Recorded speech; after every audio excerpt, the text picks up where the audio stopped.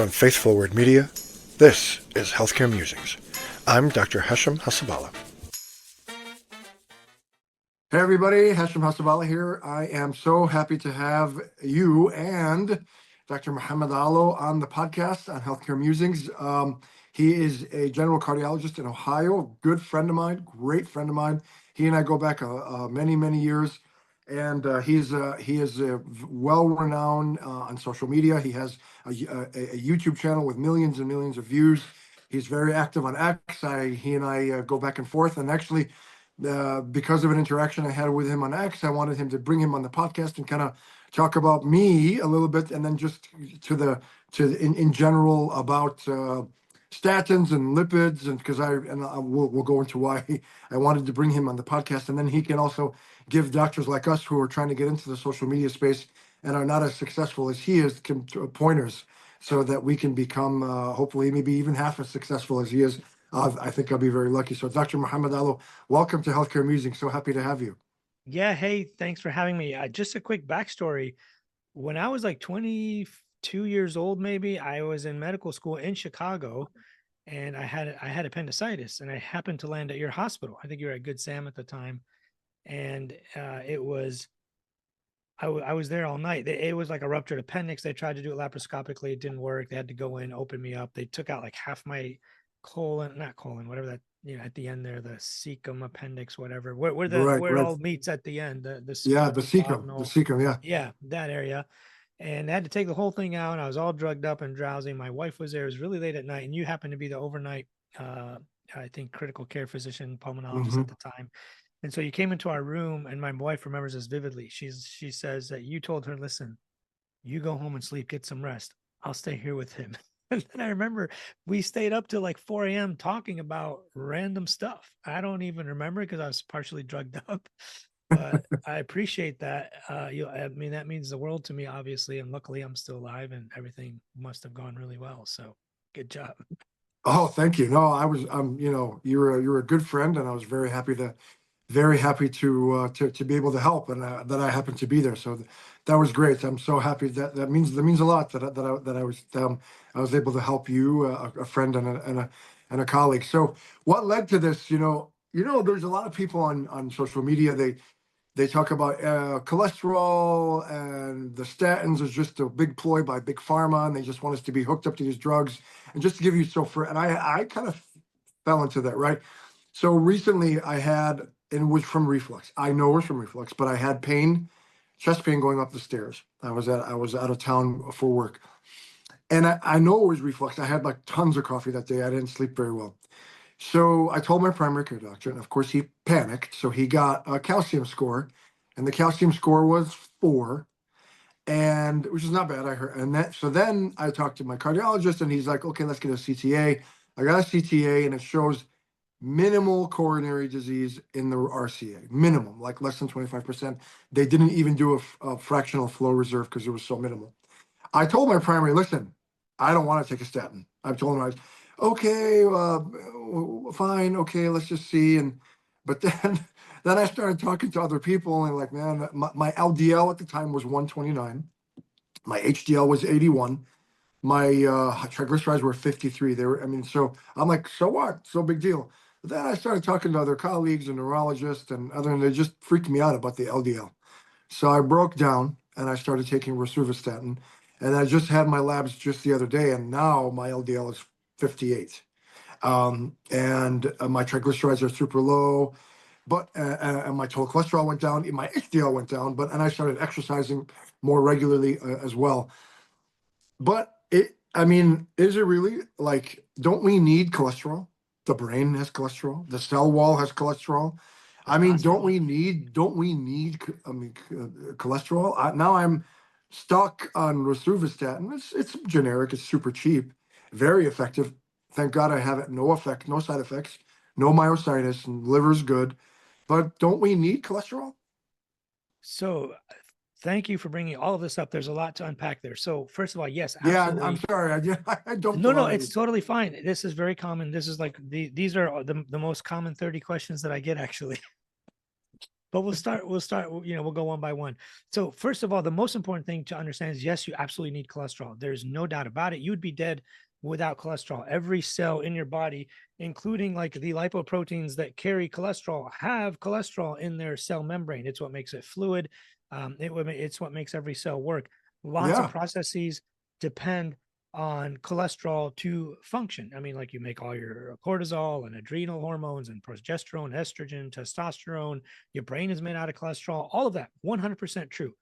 The problem is excess cholesterol is, where does it go? The problem is, it's circulating in your bloodstream and it deposits in your arteries.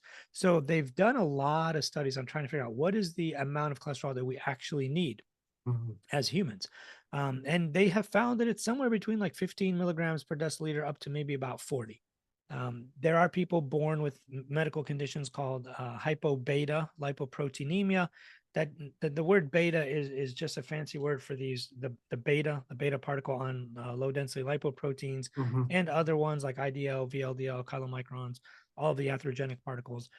When you have less beta lipoproteins, that's called hypobeta lipoproteinemia. These people are living their entire lives with LDLs of like 7, 10, 15, maybe 20 at the most. These people never get atherosclerosis. When newborns are born, and I'm not saying we're newborns, obviously, but when newborns are born, when you need the most amount of cholesterol to make your brain and neurons and myelin sheaths on your nerves and all that, their LDLs are somewhere in the range of about 20 as well. So there are lots of things in life that we absolutely need, but too much of it kills you.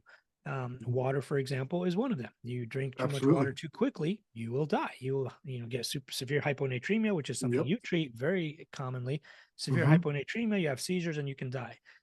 So that does not change whether like you need it or not. You absolutely need it. Now the thing is, every cell in your body can make cholesterol, so you don't need to try to raise it. You just need an acetate molecule and a citrate molecule, which every cell has anyways, and they make cholesterol as needed.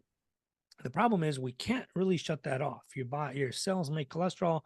Some people genetically make more, way more than others. Some people make way less than others. Like I said, some people are born with genetics where they make almost none, or like just just enough to be alive, which is great. Some people have familial hypercholesterolemia. You've seen some of those, I'm sure, that have like Right. Oh cholesterol yeah. under their eyelids and it's oozing out of their eyelids, basically, and their tendons, certain extensor tendons and what have you, because there's nowhere else for it to go. These people, if not treated, especially the homozygous ones, they'll have their first cardiac event by age 5 and probably dead Wow. by Really? 30, Age 13. five? Yeah, Really? heart attack or stroke by age 5. The Hmm. homozygous ones, the monogenic homozygous ones. Okay. The heterozygous ones they won't have their first event until they're about 30, 35. Hmm. These are the ones you've probably seen. I don't even see those ones. The 5-year-olds with that, we almost never see anymore. It's so rare, it's super genetic, and we screen for it very, very well. So I don't Hmm. think either of us are going to see those kind of patients. But the heterozygous ones, we see quite frequently. There are heterozygous patients that have like the heterozygous, for your audience, usually means like you inherited only one gene. You didn't inherit it from Right. both parents, just from one. So those people have LDL cholesterols in the 200 to maybe 300 range, not like the 700-800s. The kids with the 5-year-olds, they're like in the 700-800 range, Wow. five, Okay. 600, etc. So these people have events usually when they're around 30 to maybe 45, somewhere in that range, depending on how high it is. And if you look at the studies, every single study where they've looked at cholesterol in multiple different ways, they've looked at Mendelian randomization, which is, like I said, these genetic people are born with either really high cholesterol or really low cholesterol or anywhere in between. If you look just at that, you will find that the people with the lowest, like these hypobetas, have no heart disease to speak of, and the people with the homozygous, gene mutations from both parents are dead by like age 13 from a heart attack, multiple strokes, what have you. And there's a lot in between. Then they have cohort studies where they just like the nurses health study and the Right. physicians whatever and the union workers whatever, large cohorts, 100,000 people. They just kind of watch them over the years, regardless of what they do and regardless of how they act. They obviously correct for covariates and confounders. These are like, things like smoking, things like uh, obesity, BMI, diabetes. So if you took the same two people, same BMI, same diabetes, same smoking, same everything, and you compared only LDL, this is how you correct for these things. The one with the higher LDL always had worse cardiac events, more mortality, more all-cause mortality, more everything. So those are like cohort studies. Then they also looked at interventional studies where we lowered cholesterol. Now, these are the best. These are randomized control trials. So these are trials where we did an intervention, and it could be like you ate more fiber. It could be a dietary change. You switched saturated fat to, olive oil, or you did whatever. Like we did an intervention, whether it's medications, diet, lifestyle, exercise, what have you. Any intervention that lowered LDL cholesterol resulted in better outcomes. There's not one study you'll ever find where there was an intervention that lowered LDL and bad stuff happened. The most extreme example of this is the Repatha studies. These are PCSK9 inhibitors where they took people already on statins, already on Zetia, already on maximal medical therapy, whose LDLs are already well controlled in the 50s to 70s, maybe, well under 100, and they added on Repatha, which crushes people's LDLs. It can add an additional, sometimes 90% reduction when combined with other medications, even 95% reduction in total cholesterol, LDL, what have you, when combined with other meds. And this was called the Fourier trial. And they had people in that trial with LDLs of 0.2 millimoles, which like in American is 7, LDLs 7 milligrams per deciliter. So they crashed Wow. people's LDLs.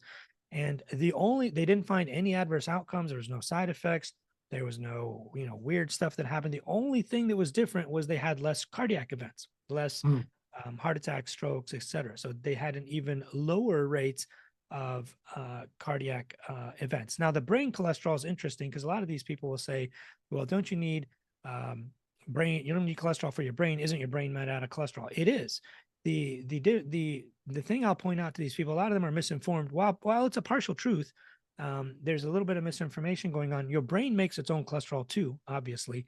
The lipoproteins, these lipoproteins don't cross the blood-brain barrier at all. Okay. However, that does not mean they can't affect your brain, and I'll get to that. But the brain makes its own cholesterol, and the interesting thing about brain cholesterol is that the half-life of brain cholesterol is 5 years. So, like a lot of people in their 20s and 30s, they have cholesterol in their brains that they had since they were born. And it's been there because the half life is 5 years, and every 4 or 5 half lives, half of it is gone, or finally it's gone. Then your brain makes cholesterol at a slow enough rate to replace the cholesterol that is gone. So they've not found adverse effects with lowering cholesterol and brain function. So They in there's fact no, so there's no they found increase. the Sorry, opposite. there's no increase in dementia with No, there's actually an improvement. long-term statin use. Yeah, so this is the cool thing. That's what I thought. There's a lot of studies now where they've looked. So the Lancet just this year, well, 2024 now, in 2024, put LDL cholesterol as the number one risk factor for dementia. The higher your LDL, the more likely you are to have Really? dementia. Yeah, it gets even better. So I've just posted some of these studies on my blog and Twitter or X, whatever it's called, and other social media platforms. They have done large studies now on statin medications, and they have found that statins reduce overall dementia by 20%. Hmm. And Alzheimer's disease by 32%. That was one study of about 5.4 million people. Another one, this was recently published that I just put out there also, they found that every statin reduced all forms of neurodegenerative disease. This includes like dementia, Alzheimer's, multiple sclerosis, Parkinson's, ALS, all forms of neurodegenerative disease were reduced by statin, and it seemed to have something to do with how potent the statin was.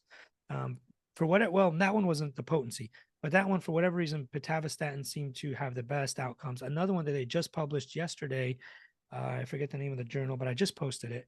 They had a 14 to 18% reduction in all cognitive dementia, what have you. But rosuvastatin had an up to, I think it was 48% or 28%. It had an even more profound effect because it is the most potent statin. So it's the opposite effect. Now, one thing I will mention is that because these lipoproteins don't cross the blood-brain barrier does not mean they can't affect your brain.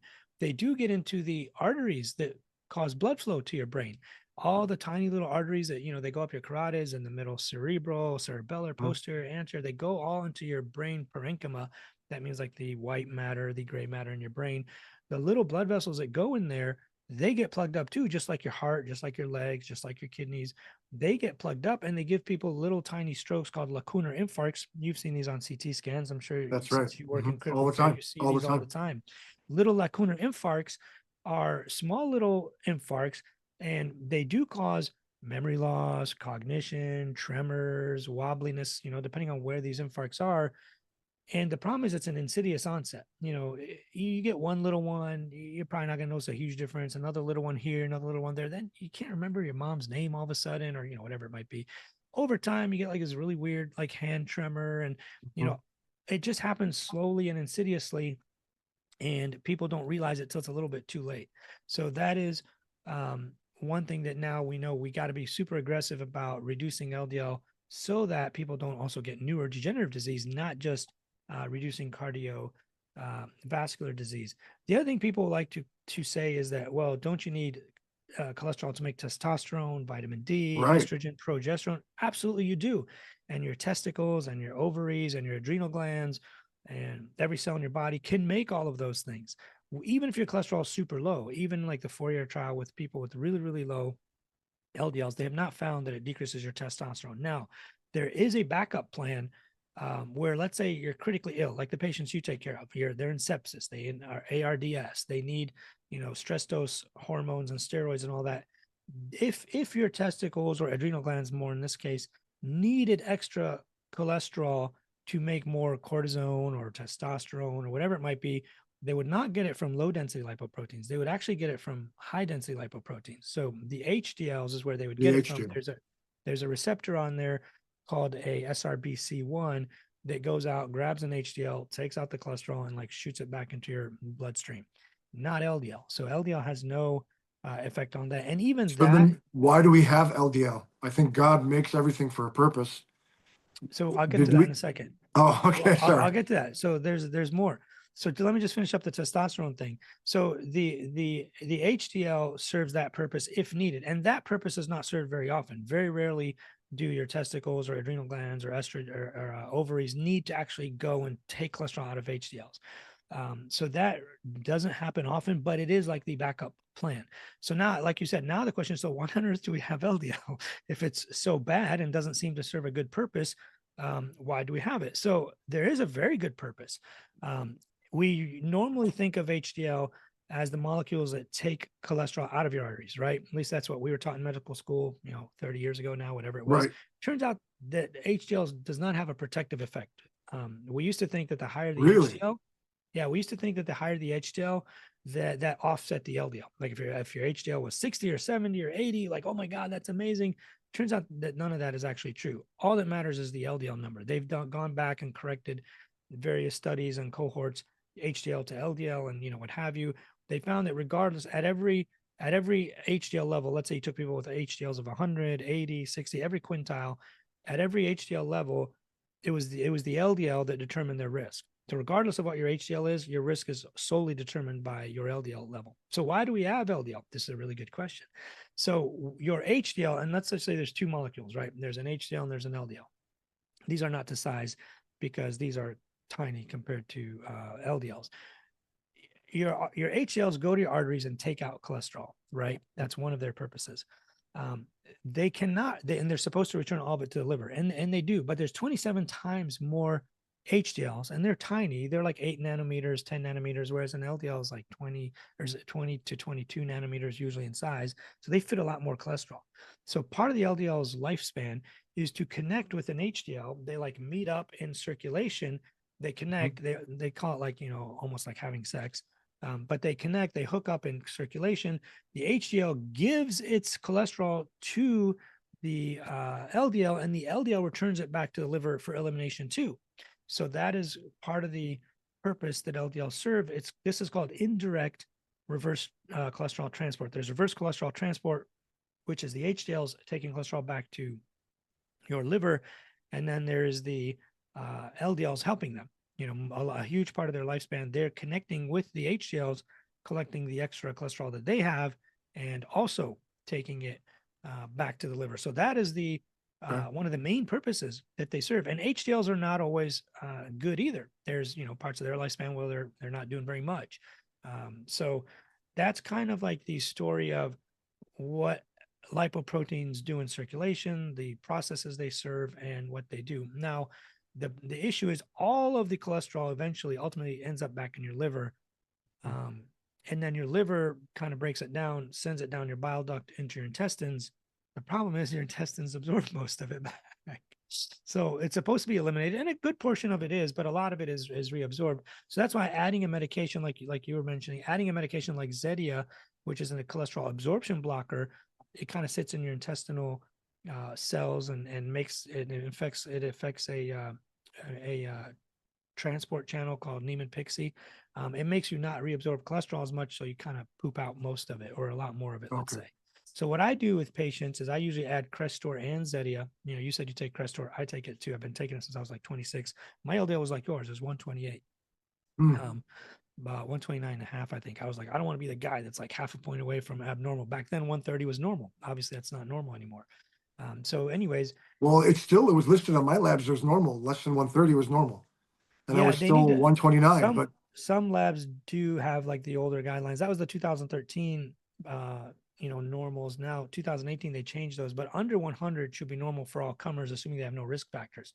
But I really usually add under Zetia and 100. Crestor. But my risk is like 1% when I put in the calculator, Okay, let me the ask you a question. CVD risk. Yeah, so those we'll get to the risk calculators. Those are kind of useless, but let me ask you a question. And since you're a pulmonologist, I love this question because this is like the best analogy for this. If you had a patient that was smoking, right? Hmm. You would tell them every time you see them to continue smoking, No, it's of course not. I right? always tell them So to quit to stop smoking right. So what if they tell you, Doc, I'm okay. I keep getting CT scans and my lungs are clear. There's no nodules. I should keep smoking, right? It's okay. What No, would you because say? the cigarette smoke keeps damaging your lungs. Right. So you wouldn't wait. So let's say the patient's like, listen, I'm only 20 years old. Why should I worry? I'm smoking. My CT scans are clear. Why do I need to worry about lung cancer now? What would your response be? Because you could get lung cancer down the line even when you quit. So the less you smoke, the better. I mean, that's just clear. Yeah. So LDL cholesterol is the same story.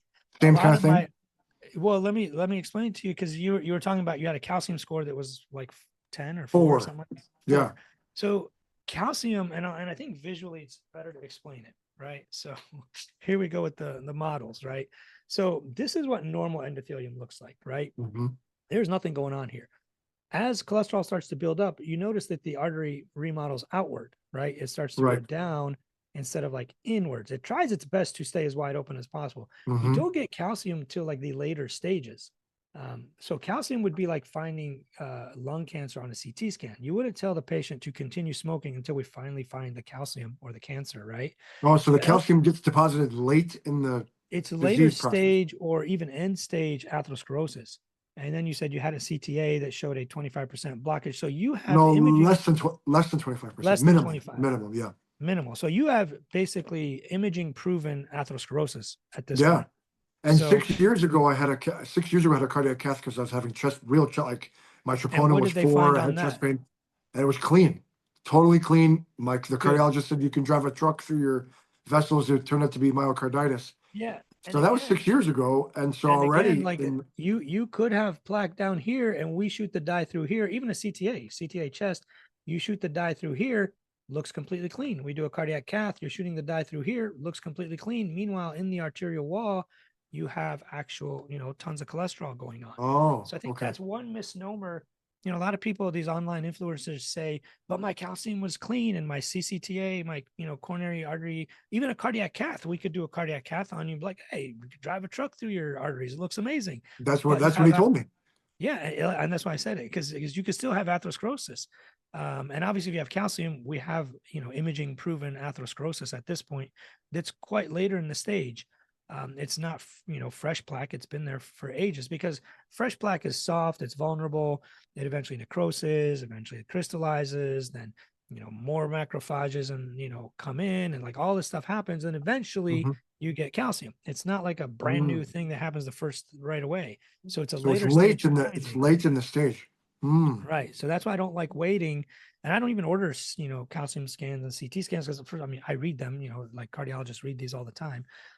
But to me, if your LDL is high, your LDL is high. Like, why do you want to wait? Like we know from multiple trials now that LDL number above 60 milligrams per deciliter, and most people are building plaque, with very little exceptions. That was the earlier rosuvastatin trials, the Jupiter trials, the PISA trial recently, also the same thing. When your LDL is above 60, most people are laying down plaque. So do you really Mm. want to tell someone who has a 129, 129 is fine, you're okay. You only have 4 points of calcium, which is like end stage. I mean, it's not, I'm not trying Wow. to like scare you or freak you out or anything. but I believe there's a lot of this uh, miscommunication or misunderstanding in especially on social media. Someone's like, I did a calcium score and it was 0. My LDL's 300. I'm good. Well, but you're only 20 years old. This stuff takes decades to build up. You know, Right. it's not like if a 20-year-old was smoking and came to you and says, my lung scan is clear, I could keep smoking, you would think they're insane, right? Right. No, I agree. I mean, Well, exactly. okay, Like so let me play devil's advocate. Why? yeah, Okay, then all this whole stuff is just you're just a shill for the drug companies, and the big pharma is just wants us to be dependent on their medications. Statins fix everything under the sun. They're the best things since sliced bread. That you're just a shill for. You're probably on the payroll for big pharma. You're just a shill for statin. All these studies. I mean, what's your response to that? Because there's a lot of skepticism because of what happened in the pandemic, because with the vaccines, and now, like, okay, I'm a critical care doctor, pulmonologist. I I'm mean, not taking a you COVID work. booster. I'm not Well, taking a nobody is COVID now booster. because it's become so It's minimally like become so look, it mutated. I mean, I'm not like an it. immunologist or virologist or No, anything, right? it's mutated. It's just a bad Yeah, cold. it But they mutated. keep So pushing to give virus the COVID booster again and again and again and again.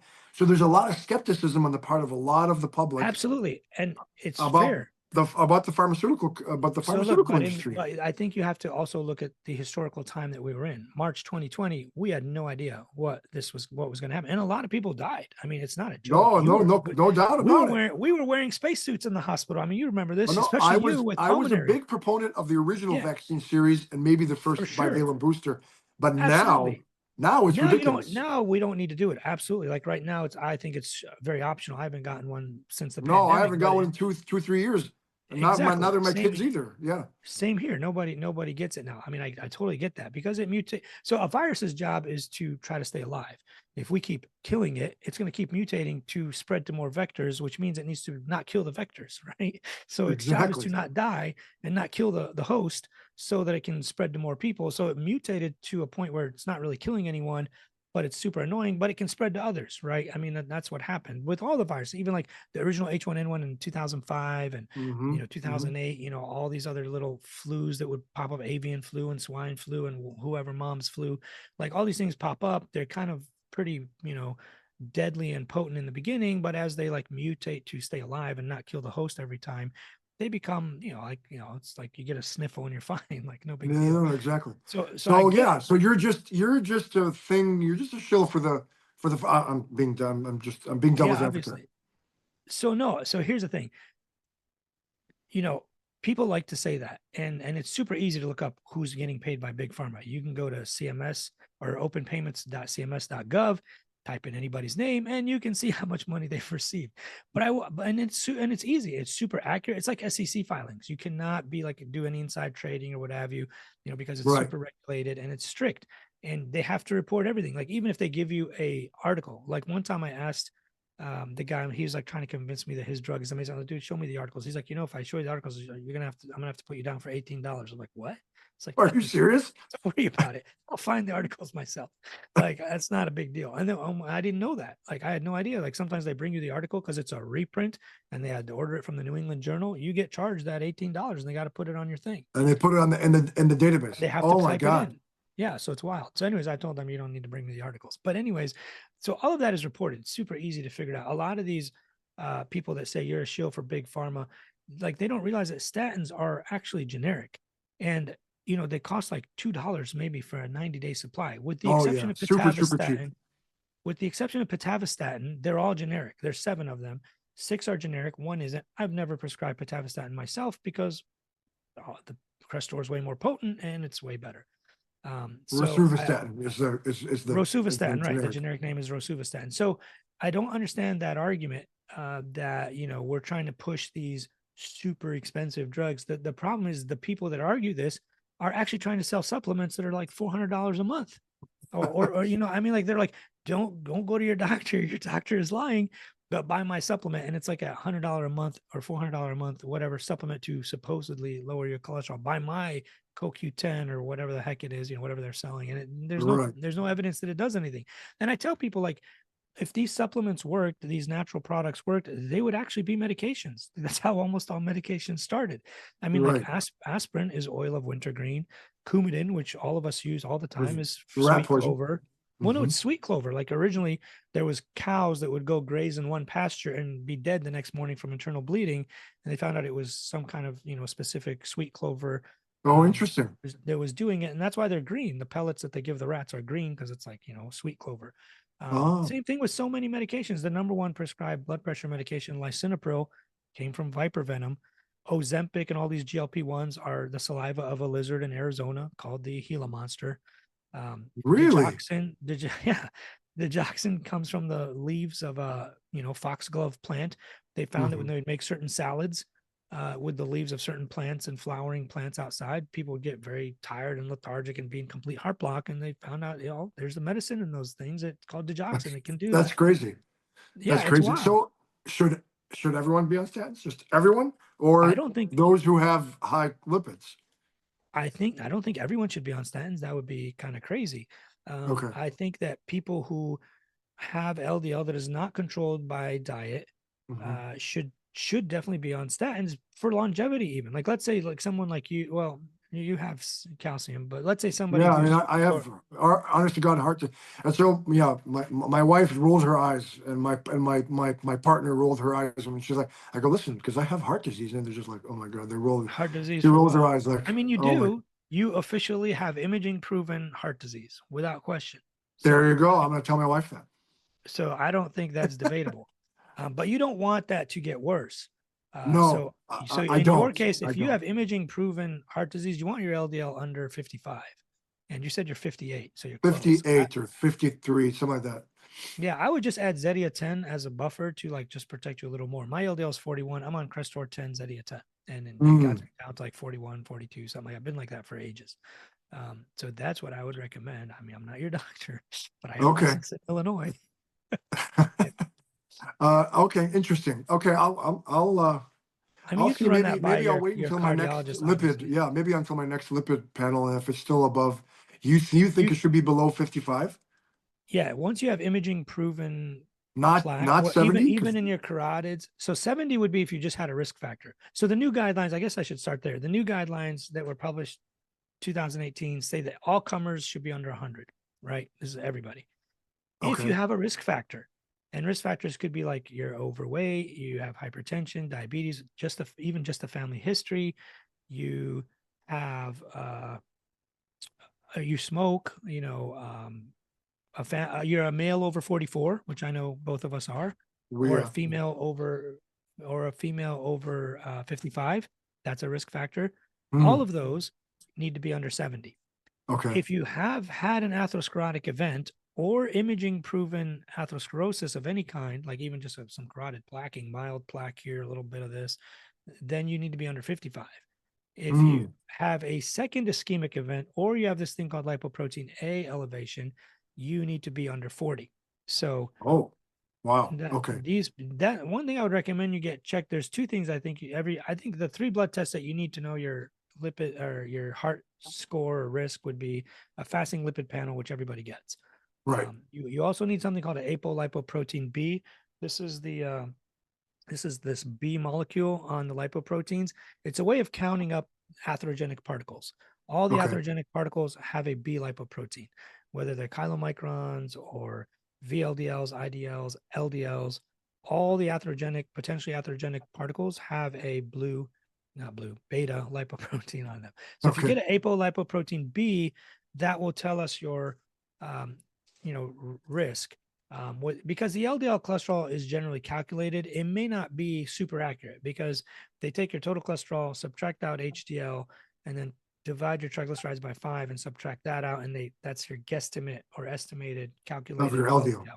So it's Right. So not measured. it's pretty accurate, but it's not like exact. Huh. The only other Okay. test you should add to that is something called a lipoprotein A. So this is like your normal, LDL lipoprotein. There's one that has something around it called a kringle, and the kringle, um, this is called the lipoprotein A. So in addition to the B, in addition to this blue one, they have this kringle around it, and that makes it 6 times more atherogenic. 3 to 6 Mm. times more atherogenic. These are like the 40-year-olds and the 50-year-olds are getting aortic valve replacements and quadruple bypass at age 30, but their LDL looks good. Like, well, what happened? His LDL is only 70. Like, it doesn't look horrible. How did this guy end up with a aortic valve replacement and a single vessel bypass? Well, they have lipoprotein A that's elevated. So those 3 tests you should definitely get. So fasting What, do those lipids, have to be fasting? the second 2 don't. Fasting lipids mainly just so we can get a fasting triglycerides. I mean, as long as you haven't eaten in an hour, it's probably fine. And then Okay. the ApoB and the lipo A, you don't need to be fasting at all. Those are more genetic tests that Okay. really Okay. fasting doesn't And you're really saying affect. Zetia just to get it below 55. Yeah, just so Zetia. you're like certain you're under 55. I see. Should I just go up on the rosuvastatin? Well, here's the problem. If you go up on the rosuvastatin, you're only getting an additional 6 to 8% lowering. So let's say you're at 58, you might go to 52. But if you add Zetia, you could drop 15 to 25% more. I can almost guarantee you'll be like 40, 38, 45, maybe. Huh. And there's no bad effects from Zetia? There always could be. I mean, all medications can have side effects. Zetia in some people does also cause muscle aches. It's way more rare than statins. The newer statins don't have it as much. Simvastatin had it the most. The Zocor. That's why really nobody should be on Zocor. Plus, it has so many interactions, and you can't be on this dose and that dose with this medicine. So Zocor, I don't know. No one should really be using. Pravastatin and Lovastatin are the older ones that come from fungus. I mean, that's another medication that comes from nature. They come from fungus, sort of Wow. like penicillin. Yeah. The synthetic ones, the new synthetic ones like atorvastatin and rosuvastatin, they're pretty clean. They have no interactions, way less side effects. There could still be some, but it's just far fewer than the others. Okay. Okay. Good to know. I'll definitely reach out to my primary. I'll send you after the show. I'll send you my lipid panel, and you can kind Yeah, of yeah, advise send me. it. We could do an Yeah. analysis or something. So before we run out of time, I wanted to. You're big on social media. You're very successful. What tips do you have for docs like me who are just getting started? My podcast has not been as long as yours, and I'd love to I'm not going to stop practicing. I'm a full time critical care doctor, and I love it. And I also love podcasting, and I love writing and everything. What kind of tips do you have for Yeah, I docs like remember us? you used to write a lot, and I loved your posts. I remember reading them. You used to have a blog, probably on Blogspot, if I remember Yeah, a long time ago. Yeah, correctly. yeah. And they were very educational for me because I was still like in medical school at the time. I can tell you what I think doctors shouldn't do. So I'm a fully practicing physician. My day job is my actual job. I do this for fun. I do it for education. Whenever I'd give lectures at medical schools or conferences, people would always come up to me like, "Oh my God, you're like the best speaker we've ever heard. Is there any way we can download this or whatever?" So I just started putting them all on YouTube. Like, don't worry, it'll be on YouTube. So I started putting all my lectures and presentations on YouTube with like the slides and everything. People can go watch it or download it or screenshot it, whatever they want. Hmm. And they got some traction. People liked it. Some of the videos have like hundreds of thousands of views. I think overall my channel has like 3.5 million views or something. There's not a That's million. awesome. There's not a ton of subscribers. I think it's like 20,000, maybe 25,000, something like that. That's more than But what I have. So that's fantastic. well, thanks. I mean, but it's taken a long time. Like some of my lectures are so old that it wasn't even called YouTube at the time. I think they're from like 2008 or 9 maybe, but I took off some of them. I did disable some of them because the data has just changed. I don't really care for the views, but if the data has changed, it's not accurate. I'm not going to leave a video up. I don't really care. Sure, sure. I will tell you that I think people should be genuine and they should be ethical. My biggest pet peeve is when a doctor starts going on social media and they do things just to grow. Like they become unethical. They like want to sell supplements and they do a deal with these aura rings and like they just start getting on the fringes of science and medicine. I don't care to do any of that because my actual job pays me a lot of money. I don't need to do any of these things. Right. I don't need to scam people. I don't need to do any of that. So I think the most important thing, and I don't know how I exploded on social media. It literally happened after the pandemic. I think people were maybe thirsty for knowledge or like real medical information. And I never once talked about COVID. So it must have been after the pandemic, maybe like a year or two later.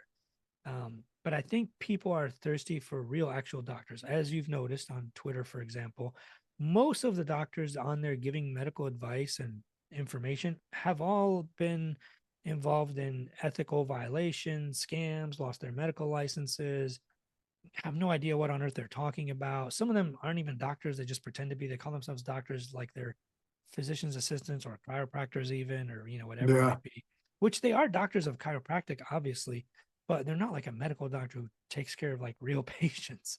There's a Right. big difference between like an actual pulmonologist, cardiologist, real doctor that sees patients every day, and someone who cracks backs for a living or teaches, in a PhD program. Not saying that they're bad. There's definitely a difference though. Like a PhD is the science behind a lot of what we do. Like the guidelines. There's guidelines for this and there's guidelines for that. But then there's like, what do you do in real practice? Like in rural emergency rooms or hospitals in Chicago, Yeah. up in the suburbs. How do you actually practice? There's a big difference between the guidelines say anybody walks in with a non-STEMI or a STEMI, like a heart attack, they need to be on these 10 different things. Do we really put everybody on 10 different things the second they walk through the door? No, that's not practical, nor has it really been proven to be super effective. But it's a good baseline. Like if you're a new doctor who has no idea what they're doing, if you do these things, most of your patients will probably be fine. Hmm. So, how to grow on social media? I don't really know. I think you should be genuine. I don't think you should make things up. I don't think you should do things just for clicks or views or, things like that. Um, I'm not like a social media expert, obviously, but I How have often do you experience. post? I mean, do you post like is there a cadence that you I do? Like I on post LinkedIn, I a post. lot. I've I do posted that. I things. see that you're all the I time on my I feed. have here's my system, I guess, if I want to explain my system. So first of all, I got on TikTok a couple years ago. I think it was like summer of 2022, maybe. A friend of mine, we were at a pool party. She was like, "Hey, listen, you need to go on TikTok." I said, "Why?" She's like, "The algorithm." She's like, "You will explode on TikTok. Just go on Mm, TikTok. Trust me on this one. I'll help you. Just start posting stuff about heart disease and health on TikTok. I guarantee you'll explode." I'm like, "What do you mean like that? What is TikTok? There's a bunch of kids dancing." She's like, "No, no, no, it's not kids dancing.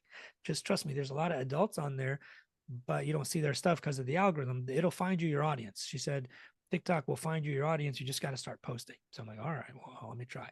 So for like a week, I would just post stuff about heart disease. So I went from like 10, 20 followers, which were my family and kids basically, to like it was like 1,000 after a week, and then like 2,000. She's like, "Okay, here's what you got to do next." She would talk to me all the time. She's like, "Listen, go to that video, pick some of the comments and respond with a video." I was like, "How do you respond with a video to a comment?" She's like, "There's a camera, just press it and just respond with a video." I'm like, "Oh, okay, cool." So I did. So eventually I got the hang of TikTok, and I got to like 10,000 followers pretty quickly, then 25, then 100,000, 200 something. I don't know what it is now. So I'd mainly post to TikTok, and it's a great community, and the TikTok algorithm is beautiful and that's why the other groups don't like it. That's why like Facebook and Google and all these other platforms are trying to get rid of it, because it's yeah. blowing them out of the water. Like their algorithm is just insanely brilliant. It finds you people who want to watch your stuff. Like you won't see any of Mm, the nonsense. You'll just see like what you like. It's a brilliant algorithm. I think that's why it's viewed as threatening to the other, older platforms: Facebook, Pinterest, LinkedIn, Twitter, whatever, mhm, Instagram, even. So I think that's why people didn't like it. It's not just a bunch of kids; like literally the people in there talking to me, and it has a way more community feel. I feel like on TikTok, it's a community. Like people know me. Like, "Hey, Dr. Allo, you're back. What's going on? What did your kid get in high school?" Or like in math, you said something about math last time. oh Or how's your wow. shoulder? How's your shoulder doing? It But looked like then I want you were people to wearing a listen to brace. I want people to go and listen to the podcast episode. How do you do that on TikTok? I've always struggled with that. TikTok is a little tricky. On Twitter, you could post the link Right. to the Twitter, you Apple can post a link. Podcast or the iPod. You could Yep. do a little video, be like, "Hey, I interviewed Dr. Allo. Search for medical musings on your favorite podcast player." You could do that on Instagram and whatnot. On Instagram, there's these chat bots that let you chat with people. So what you Okay. could do on Instagram is be like, "Hey, I just talked to Dr. Allo, comment podcast, and I'll send you the link." And you can send them a link to the iTunes episode. And there's these chat bots that once they type podcast, it'll auto respond and send them the link. Those work great. On Instagram, that's a brilliant feature. Instagram and Facebook, the Meta platform, lets you do that, which is Hmm. brilliant. I love that feature. But back to the TikTok thing. So what I do, so I decided I'm going to take all my TikToks and send them out to every platform, right? So I post only to TikTok. I decided to pick the platform that had the best video editor. So I picked the TikTok because it had absolutely the best video editor, like Oh it's yeah. hands down the best video editor without question. I just posted TikTok, and then there's an app which I can send you the link to it if you want. There's an app, Yeah. it's a website. It takes my TikToks, downloads them, removes the watermark, and it posts them to all the other platforms within like moments of when you post to TikTok. So Oh that wow. was kind of like this this And you this put, way I set but it up. you're sometimes my podcast episodes are 15 minutes long. Can you go that long on TikTok? You can't really. No, you can't, but you can promote your thing. You can be like, hey, I just did a 15 quick minute episode on such and such. Actually, I think they upped the limit. I think you can post 10-minute videos on 10-minute TikTok. videos, but you can You can promote them on TikTok. I think I'm going to you can start doing absolutely that. I think, promote them. And you know what you really should do? The one thing I love about TikTok even more is the live feature. You can go live on TikTok. Once you got about 1,000 followers, I think it's still 1,000. You can just go live. I used to go live every single night almost answering questions about wow. cardiology. Like, hey, and the people ask me about it. That's why I have like all these like visual aids here because Yeah. people would ask me questions. I have like, hearts to show them the valves. I got like, little stents to show them what a stent looks Oh, like. that's cool. I've got like, little like pacemakers and loop recorders. So I would go live on TikTok every night just answering people's questions, and Okay. they get value and you get like credibility, almost like people view you Yeah. as an authority. There's a few critical care docs on TikTok that you'd easily follow them. Just type in critical or pulmonary or something. I'm sure you'll find them. Okay. But they're very good, and they'll go live too, and they'll answer questions. You can kind of see what they post and go from there. One thing you could do is go to their videos and answer questions in the comments, and you can answer one of their questions with a video of your own, which really Mm, can help you attract new followers. But I like the okay. TikTok because it's like a community. I usually go live on there most nights out of the week when I'm not on call, Hmm. and people watch it and they ask tons of questions, and you get like hundreds of followers sometimes on there just watching, and people that are not even Wow. followers because TikTok shoots it out to everybody. Like that's what I like about their algorithm. Even if you have 0 followers, your video can get 10 million views overnight if it's a good video. So Wow. even if you Okay. have no followers, if your video is good, you can easily get 10 million views in one night, like That's crazy. without even trying. Like they don't care about the number of followers. This is how their algorithm works. You post a video, it shows it to 10 people. If those 10 people watch it all the way through, it'll show it to 100 people, then 1,000, then 10,000, then 100,000, then a million. Like it depends on how engaged they are and what the watch time is. At least that's what I seem to understand just Mm, based on some research. That okay. seems to be the algorithm. It'll show it to a variety of people. If like Yeah. one genre of person watches it all the way through, it'll show it to like the next 10 of that type of person. Let's say it's like white males who like guns. I don't know. It'll show it to those 10 people. Right. And if they watch it all the way through, it'll show it to the like next 100, the 1,000, whatever. And you can get like 10 million views overnight because the algorithm is really good at finding you people that would like to watch your stuff, and it finds you Hmm. your audience. Like I went from a couple hundred, like 10 followers to like 100,000 within like 3 months, and then it was like 200,000. Now I'm kind of like hovering in the 200s, I think. Oh, Um, wow. but So it's a just very then, yeah, I'm gonna start promoting I started because I think every one of my podcast episodes now is gonna be video. I used to do a yeah. lot of audio, but I think video is where it's at. I can put it on YouTube.